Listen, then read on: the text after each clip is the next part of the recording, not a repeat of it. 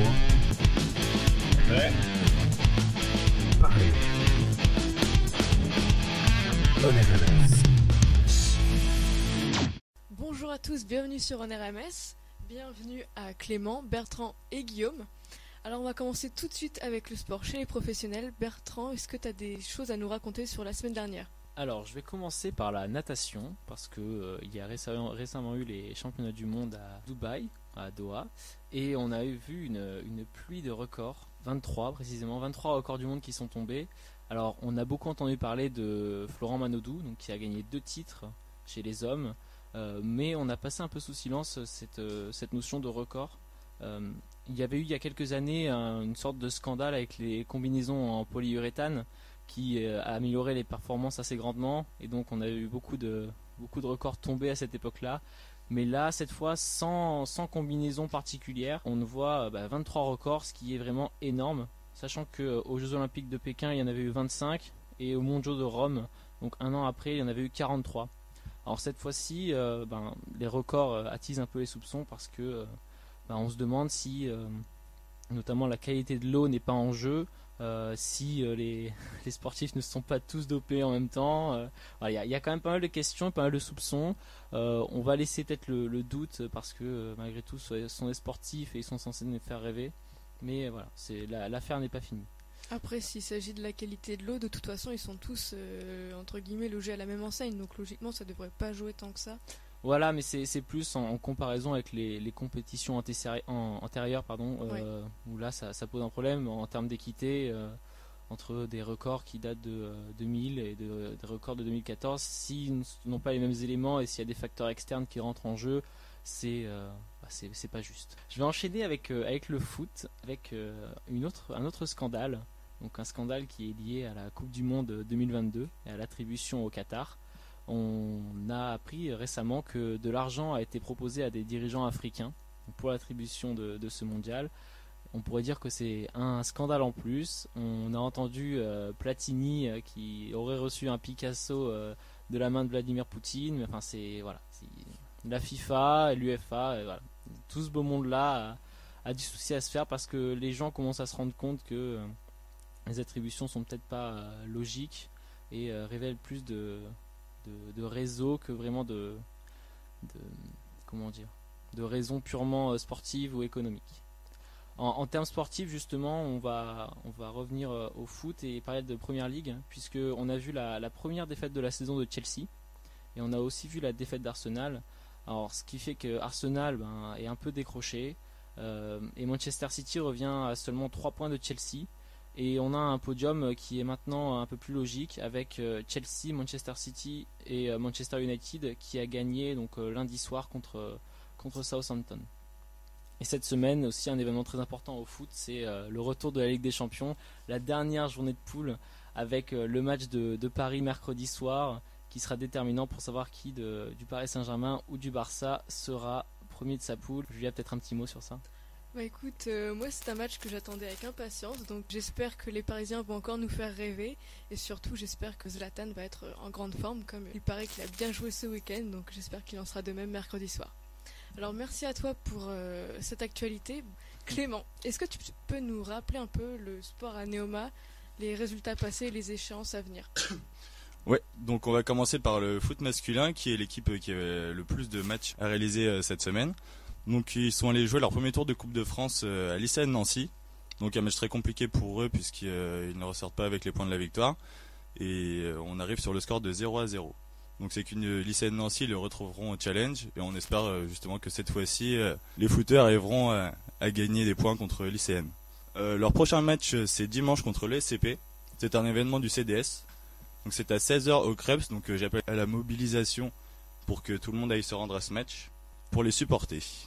On passe au foot féminin, donc je m'excuse auprès de Julia qui m'a fait la remarque la semaine dernière de ne pas les avoir fait, pas de problème. Voilà, pas d'avoir cité dans la chronique.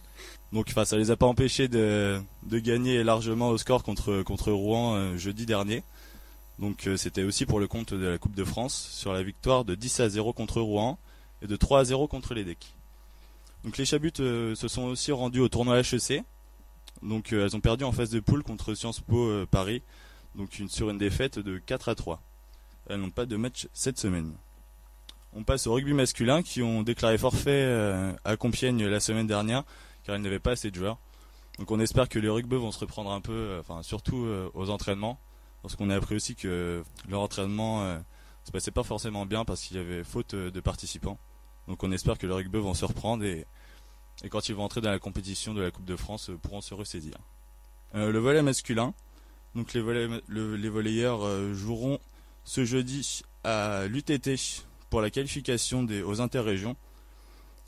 C'est également la même chose pour les handballeurs qui joueront juste avant eux, il me semble. Donc on va peut-être faire le déplacement ensemble ou je sais pas du tout. On peut s'arranger. Voilà, donc en gros, les jambons se déplacent à l'UTT et joueront dans la même salle que les déglingos qui joueront juste après nous. Donc peut-être qu'il y aurait moyen de regarder un peu leur match, je sais pas, pour s'ambiancer à 3. À 3, voilà, dans la ville de Troyes, merci. Ah oui, d'accord. J'avais pas compris. On rappelle que l'UTT, c'est dans la ville de Troyes. Merci Bertrand. On passe maintenant au sport individuel. C'est l'entrée dans la compétition des Kiss My Ace. Ils jouent leur premier match aussi contre l'UTT pour se qualifier pour les interrégions. Donc on leur souhaite bonne chance à eux. Le judo.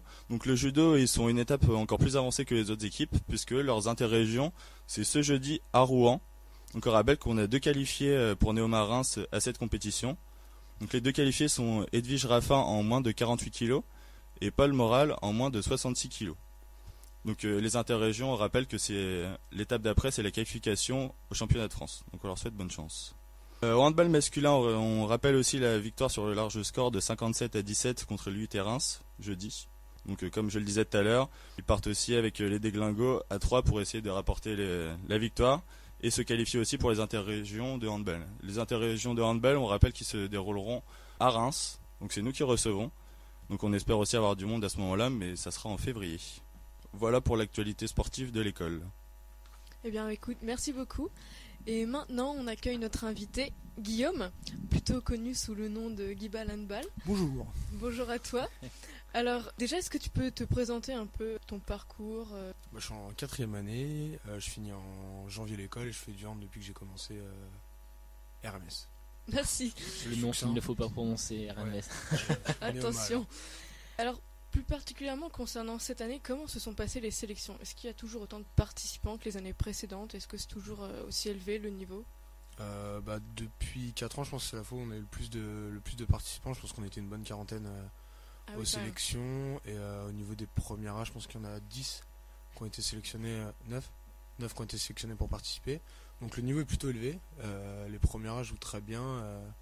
On a 2 petites starlettes, Julien et Antoine, qui touchent un peu du ballon, donc c'est pas mal du tout. Écoute, voilà. Alors, on va parler un peu plus de toi et du personnage de Guibal Handball. Voilà, enfin, le personnage, en tout cas la fanpage Facebook qui enflamme les réseaux sociaux. Qui enflamme, je pense, c'est le mot. Ouais. Voilà, est-ce que tu peux nous parler un peu de l'histoire de cette blague, je suppose, entre copains qui est Guibal Handball, ou en tout cas voilà, l'histoire de la page, l'histoire de la popularité du personnage. Écoute, je remercie mon colocataire Rémi Boxo pour cette page. Super Cuphead, on l'appelle aussi, qui a eu cette idée-là un soir pour me faire une blague. Puis après, cours d'un pari, c'est Clément et Jean qui ont récupéré la page, donc c'est eux les administrateurs. Donc je ne suis pas du tout responsable de tout ce qui se passe sur la page. D'accord, mais tu apprécies quand même le boulot qui est fait sur la page, voilà, t'avais pas de... Oui, complètement. Non, en vrai, ça va. Il y a des limites, on dépasse pas les limites, ça fait un peu de pub pour l'équipe. Donc ça fait plaisir à tout le monde, je pense. Bon, ouais, ça va. Julia, je te repasse la parole. Alors là, c'est une question qui vous concerne tous les deux, parce que donc on sait que chaque équipe de l'école a 3 grands objectifs: le derby, le challenge et la Coupe de France des ESC. Quels sont déjà vos objectifs pour cette année et est-ce que vous avez d'autres compétitions? Déjà, je pense qu'on peut en rajouter un 4e. Là, on va jouer contre l'UTT pour être qualifié pour les interrégions et on aimerait bien faire quelque chose pour les interrégions pour aller en finale.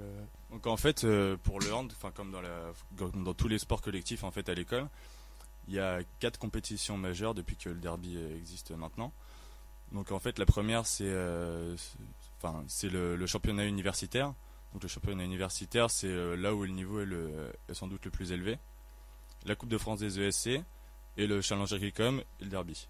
Donc nous cette année, nos objectifs c'est clairement d'essayer de gagner déjà le challenge, parce que je pense que cette année on en a les moyens si on travaille bien à l'entraînement, et aussi de gagner le derby.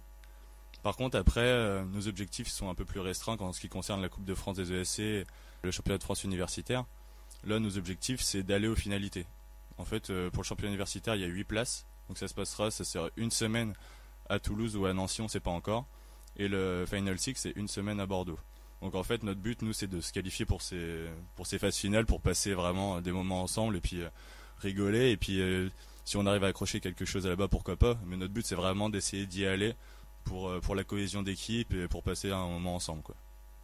Je sais pas si Guibal tu veux ajouter quelque chose. Si on a aussi un bel atout pour arriver jusqu'au final. Je pense qu'on est la seule équipe à avoir un papa de 2 enfants dans notre équipe. Je pense que ça peut nous pousser assez haut. Merci Nicolas Albisser. Et alors moi j'avais une autre question, alors peut-être que Clément pourra mieux me répondre parce qu'il était déjà là l'année dernière, mais est-ce que tu as vu un petit changement au niveau de l'équipe, au niveau de la qualité de l'effectif? Ouais, alors déjà comme l'a dit Guibal, aux sélections il y a eu un peu plus de monde que l'année dernière, et là donc il y a Guibal qui est revenu cette année. On va récupérer encore quelques joueurs, donc je pense à Thomas Tronel, Michael Farigoul, Stéphane Portal, qui vont revenir au mois de janvier et qui seront là à tous les matchs. Et on a aussi des premières années qui sont arrivés super motivés et qui se fondent bien dans le groupe, même si des fois on espère un peu plus les voir aux soirées. Mais bon, à l'entraînement déjà ils essaient d'être là le plus souvent possible.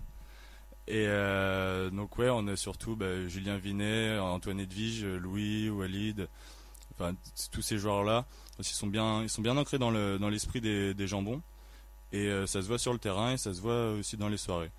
Donc on espère qu'on va tout déchirer cette année et qu'on perdra pas notre ambiance, même si le niveau est un peu plus élevé cette année. Ah, c'est vrai que sur le terrain, depuis le début de l'année, vous avez quand même fait de grosses performances. Enfin, toutes les semaines, on voit sur la page du CDS ou sur votre page à vous des scores incroyables. Vous explosez les adversaires littéralement. C'est vrai qu'en fait, de loin, on a l'impression qu'on est au-dessus de tout le monde. Mais en fait, c'est juste dû au fait que dans notre région, il n'y a vraiment aucune équipe qui ont des équipes sérieuses. Donc là, par exemple, on est allé jouer à Lille la semaine dernière. À Lille, donc pour la Coupe de France, et là le niveau était un petit peu plus élevé, donc on s'est quand même imposé. On a fini premier de la triangulaire, mais on s'est imposé sur des scores plus faibles. Là, c'est surtout que en fait dans la région il n'y a pas beaucoup d'équipes, et c'est pour ça qu'on les explose, et en fait il n'y a pas de grande compétition quoi. Et donc on attend les interrégions au mois de février pour pouvoir vraiment se jauger. Bon, en tout cas, on espère que vous allez atteindre vos objectifs, surtout en interrégion. Merci. Merci à tous les 3 d'avoir été là ce soir. Donc c'était Honor MS. Vous pouvez retrouver toutes nos actualités sur notre site internet ainsi que sur notre page Facebook. Merci à tous. Merci.